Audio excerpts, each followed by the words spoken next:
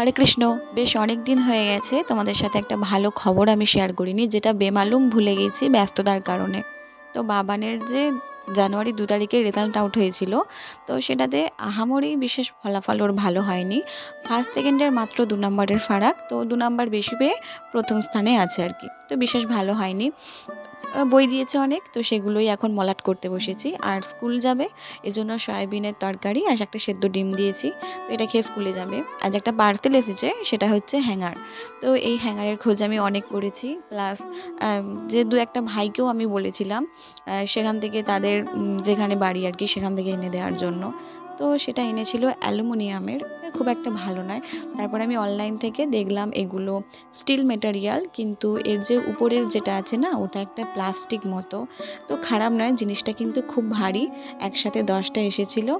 তো মোটামুটি ভালোই এসছে। তো ভালো থেকো, রাধে রাধে।